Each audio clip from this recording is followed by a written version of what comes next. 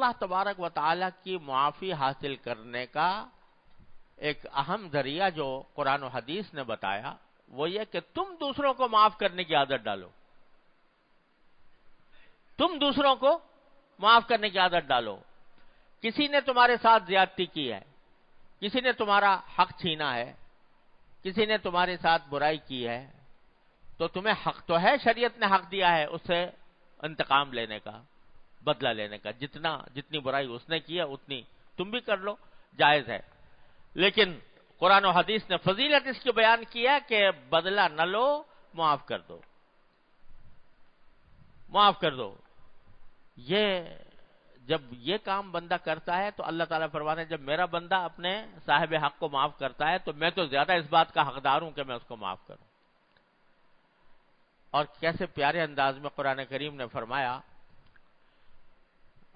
حضرت جب صدیقہ عائشہ رضی اللہ تعالی عنہ، اللہ تعالیٰ ان کے درجات میں پہم ترقی عطا فرمائے، رضی اللہ تعالی عنہ، جب ان کے خلاف منافقین نے پروپیگنڈا کیا اور بڑا ہی بیہودہ پروپیگنڈا کیا جس کا کوئی تصور ام المومنین سے ہو نہیں سکتا تھا، تو بعض سیدھے سادے مسلمان بھی اس پروپیگنڈے کی جال میں آ گئے تھے. ان میں سے ایک صاحب تھے حضرت مصطح ابن اساسہ رضی اللہ تعالیٰ عنہ، جو حضرت صدیق اکبر کے رشتہ دار بھی تھے، اور حضرت صدیق اکبر رضی اللہ تعالیٰ عنہ ان کی باقاعدہ کفالت کرتے تھے، ان کو بہت پیسے دیا کرتے تھے، ان کا خیال رکھتے تھے. لیکن جب یہ پروپیگنڈا حضرت عائشہ صدیقہ رضی اللہ عنہ کے خلاف منافقین کا ہوا تو وہ بھی بیچارے سیدھے سادے تھے، اس جال میں آ گئے. انہوں نے بھی کچھ ایسے کلمات کہہ دیے جو اس پروپیگنڈے کی تائید میں تھے.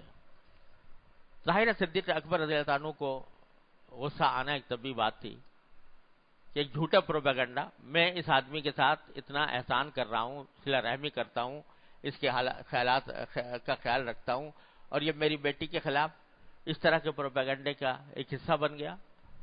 تو غصہ آیا صدیق اکبر رضی اللہ عنہ کو، اور کوئی سزا تو نہیں دی، لیکن جو ان کے ساتھ صلہ رحمی کا معاملہ کیا کرتے تھے، پیسے ویسے ان کی جو کفالت کرتے تھے، کہا کہ آج سے میں اس کو نہیں کروں گا. اب ان کو پورا حق تھا صدیق اکبر رضی اللہ عنہ کو اس بات کا، ان کے ذمہ کوئی فرض نہیں تھا کہ ان کی ضرور کفالت کریں، اور یہ بھی حق کوئی ضروری نہیں تھا کہ وہ ان کے جرم کو معاف کر دیں. وہ اگر کوئی اس سے بدلہ لینا چاہتے، بدلہ بھی نہیں لیا، کوئی یعنی سزا بھی نہیں دی، لیکن صرف اتنا کیا کہ جو احسان کر رہے تھے اس احسان کا سلسلہ موقوف کر دیا.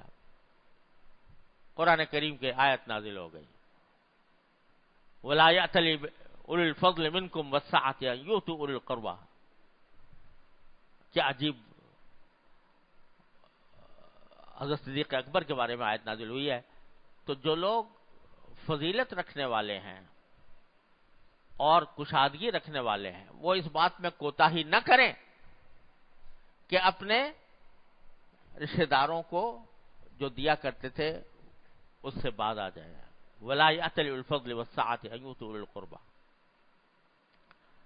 لفظ بھی کیا استعمال کیا، وَلَا يَأْتَلِ، یہ نہیں فرمایا کہ دینا بند نہ کریں، نہیں کوتاہی بھی نہ کریں، جتنا پہلے دے رہے تھے اس میں کوئی کمی بھی نہ کریں، کوئی کوتاہی نہ کریں، جس طرح پہلے دیا کرتے تھے اس طرح دیں.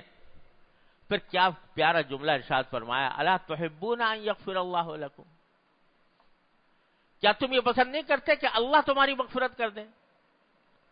کیا اس بات کو پسند نہیں کرتے کہ اللہ تعالیٰ تمہیں معاف فرما دے؟ اگر یہ چاہتے ہو اور پسند کرتے ہو کہ اللہ تمہیں معاف کرے تو تم بھی دوسروں کو معاف کرو. الا تحبون ان یغفر اللہ لکم.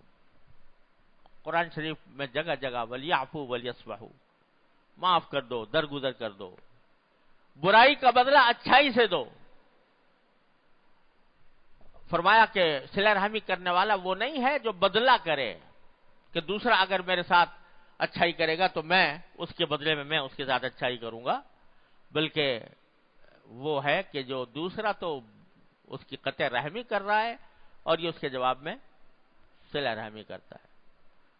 ادفع باللتی ہی احسن السیئہ،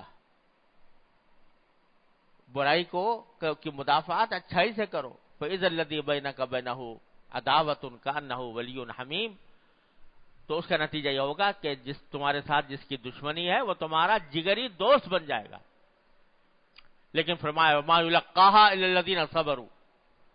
یہ صفت ہر ایک کو حاصل نہیں ہوتی، اسی کو حاصل ہوتی ہے جس نے اللہ تبارک و تعالیٰ کی خاطر اپنے نفس کو باندھا ہوا ہو، اللہ تعالیٰ کی اطاعت میں باندھا ہوا ہو. وَلَا يُلَقَّاهَا إِلَّا ذُو حَظٍّ عَظِيمٍ. اور وہی کرتا ہے، اسی کو یہ نعمت عطا ہوتی ہے جو بڑا نصیب والا ہوتا ہے. تو یہ بات کہ بھئی دوسروں کو معاف کرو گے تو اللہ تبارک و تعالیٰ تمہیں معاف کرے گا.